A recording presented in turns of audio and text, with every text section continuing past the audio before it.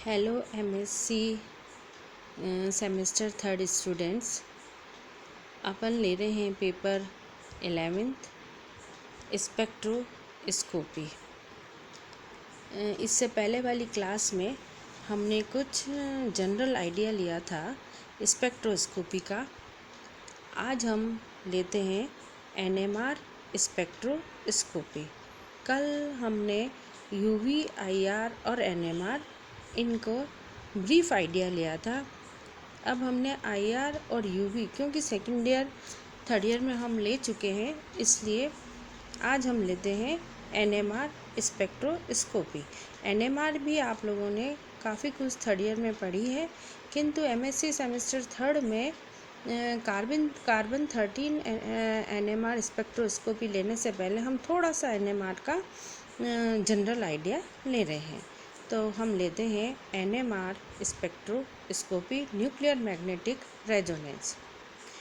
जैसा कि हम जानते हैं इलेक्ट्रॉन न्यूक्लियस के चारों तरफ चक्कर लगाते हैं और साथ में अपनी एक्सिस पर भी घूमते हैं। अपनी एक्सिस पे घूमने के साथ साथ वो जो है इलेक्ट्रॉन न्यूक्लियस के चारों तरफ भी घूमते हैं, जिससे उनका स्पिन एंगुलर मोमेंट प्रोड्यूस होता है। ये जो स्पिन एंगुलर मोमेंट इनके घूमने से प्रोड्यूस हुआ इसलिए इलेक्ट्रॉन के लिए स्पिन क्वांटम नंबर जो एस है वो इक्वल होता है +12 और -12। तो इलेक्ट्रॉन का जो स्पिन क्वांटम नंबर है वो है s = +12 एंड -12। इन इलेक्ट्रॉन की भांति ही कई न्यूक्लियस भी ऐसे होते हैं जो स्पिन करते हैं। उनके स्पिन एंगुलर मोमेंट की वैल्यू होती है √I × I+1 × h/2π के बराबर होती है। ये अपन ने थर्ड ईयर में पढ़ा है। यहाँ पर जो I है वो होता है न्यूक्लियस का स्पिन क्वांटम नंबर, और न्यूक्लियस के जो I की वैल्यू न्यूक्लियस में उपस्थित न्यूक्लियन क्या है? प्रोटॉन और न्यूट्रॉन का नंबर। प्रोटॉन प्लस न्यूट्रॉन जो है वो न्यूक्लियन बनाते हैं। तो न्यूक्लियन की संख्या पर I की वैल्यू डिपेंड करती है। जिन न्यूक्लियस में स्पिन क्वांटम नंबर की वैल्यू 0 होती है उनका कोई भी कोणीय संवेग नहीं होता है। ऐसे न्यूक्लियस के लिए एनएमआर नहीं होता। ऐसे न्यूक्लियस जिनके स्पिन क्वांटम नंबर की वैल्यू हाफ हो वे सभी एनएमआर स्पेक्ट्रोस्कोपी के लिए एक्टिव होते हैं। जिनके की स्पिन क्वांटम नंबर की वैल्यू हाफ होगी वो सब एनएमआर स्पेक्ट्रोस्कोपी देंगे। जब न्यूक्लियस स्पिन करती है तो वो एक छोटे मैग्नेट की तरह बिहेव करने लगती है। तो I = हाफ के लिए दो प्रकार के अभिविन्यास होते हैं। अगर हम लें ये दोनों विन्यास तो फर्स्ट जो है वो होगा क्लॉकवाइज। जब स्पिन का मान +12 हो तो प्रोड्यूस मैग्नेटिक फील्ड लगाए गए आउटर मैग्नेटिक फील्ड के साथ अलाइन होगा। ये अवस्था लोअर एनर्जी स्टेट पर होती है। और दूसरी जो स्टेट है वो है एंटी क्लॉकवाइज। उस समय जो स्पिन क्वांटम नंबर की जो वैल्यू है वो होगी -12। इस समय produce magnetic field outer magnetic field के विपरीत होता है। तो ये जो दो स्टेट हमने ली, एक क्लॉकवाइज और दूसरी एंटी क्लॉकवाइज। जो एंटी क्लॉकवाइज है उस समय न्यूक्लियस की ये स्टेट हाई एनर्जी लेवल की होती है। इसमें मैग्नेटिक फील्ड के इफ़ेक्ट से स्पिन क्वांटम नंबर जो है I = हाफ वाले न्यूक्लियस दो एनर्जी स्टेट में सेपरेट हो जाते हैं। और इस परिस्थिति में न्यूक्लियस कम ऊर्जा वाले रेडिएशन एनर्जी का एब्जॉर्प्शन करके लो एनर्जी स्टेट से हायर एनर्जी स्टेट में चले जाते हैं। इस प्रकार के एब्जॉर्प्शन से प्राप्त स्पेक्ट्रम एनएमआर स्पेक्ट्रम कहलाते हैं।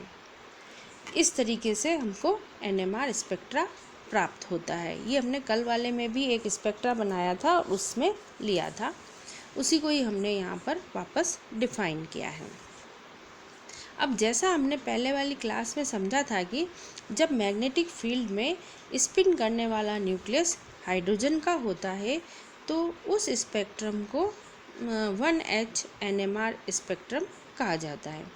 चूँकि हाइड्रोजन के न्यूक्लियस में केवल एक प्रोटॉन होता है, इसलिए इसको प्रोटॉन मैग्नेटिक रेजोनेंस भी कहा जाता है।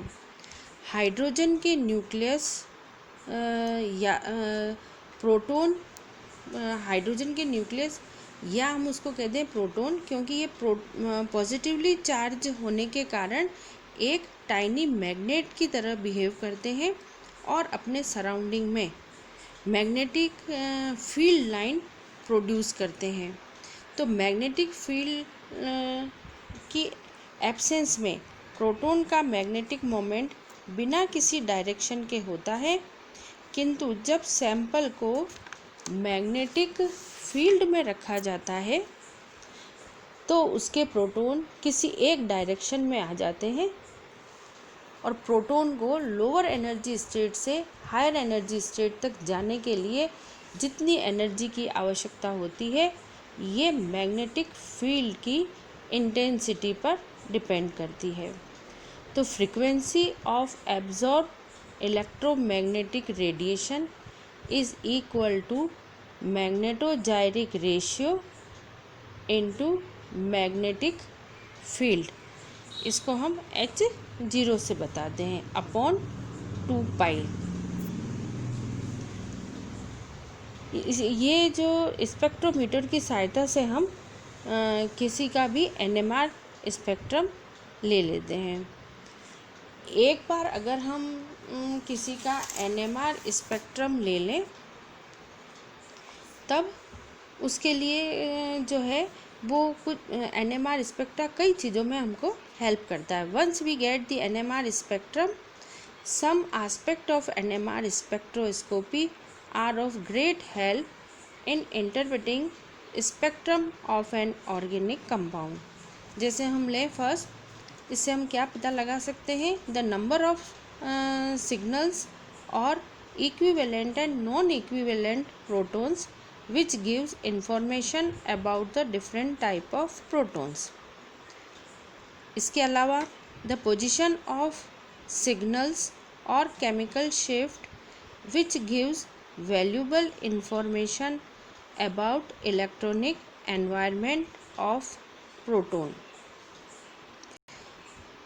or the intensities of signals or peak area and proton counting which indicate the number of protons in each signal। Last हम इसके अलावा और भी क्या पता लगा सकते हैं, द स्प्लिटिंग ऑफ सिग्नल्स और spin spin coupling which reveals the information regarding the number of protons on neighbouring carbon atoms. तो इस NMR स्पेक्ट्रा से किसी भी ऑर्गेनिक कंपाउंड की स्ट्रक्चर को पता लगाने के लिए हमें काफ़ी हेल्प मिल जाती है और उससे हम इसमें कितनी तरीके के डिफरेंट तरीके के प्रोटॉन हैं उसको पता लगा सकते हैं। उन प्रोटॉन का एनवायरनमेंट कैसा है ये पता लगा सकते हैं। एनवायरनमेंट से मतलब कि वो आसपास उसके और कौन सी उसकी सराउंडिंग है ये पता चल जाता है। और उसके अलावा कि इसके अंदर जो है वो जो सिग्नल है वो ये भी बता देते हैं कि इसका जो पीक एरिया है उससे कि कितनी इसके अंदर प्रोटॉन वगैरह होंगे। तो कई सारी चीज़ें इस NMR स्पेक्ट्रा से हमें पता चलती है। तो हम एक ऑर्गेनिक कंपाउंड, कोई अननोन ऑर्गेनिक कंपाउंड है तो उसको आइडेंटिफाई करने के लिए ये NMR स्पेक्ट्रा बहुत हेल्पफुल होते हैं। अभी तक हमने जो लिया वो आपने प्रीवियस क्लासेस में पढ़ा था उसको हम केवल यहाँ पर रिवाइज कर रहे हैं, क्योंकि हमको लेनी है कार्बन 13 NMR स्पेक्ट्रोस्कोपी। तो उसके अंदर जितनी NMR स्पेक्ट्रोस्कोपी आपने पहले वाली क्लासेस में पढ़ी है, वो सारे जितनी भी स्पेक्ट्रोस्कोपी के अंदर टर्म्स आए हैं NMR में, वो सारे के सारे कार्बन 13 के अंदर आएंगे, और उन्हीं हेडिंग्स के अंदर हम कार्बन 13 NMR लेंगे जो आपने इस PMR के में ली है, वही सब कार्बन 13 में आएंगे। थोड़ा बहुत इसके अंदर डिफरेंस होगा, तो उनको हम साथ साथ में डिफ्रेंशिएट करते हुए चलेंगे। इसलिए हम कुछ पहले वाली क्लासों में हमारे इस NMR स्पेक्ट्रोस्कोपी को ले रहे हैं, और जो जो टर्म्स आई है उन सबको हम यहाँ पे ले रहे हैं, क्योंकि वो सारी टर्म्स हमको कार्बन 13 NMR के अंदर लेनी है। इसलिए तो आपका ये अभी जो है वो रिवीजन सेशन चल रहा है, फिर इसी को ही हम आगे कार्बन 13 से रिलेट करेंगे। Thank you.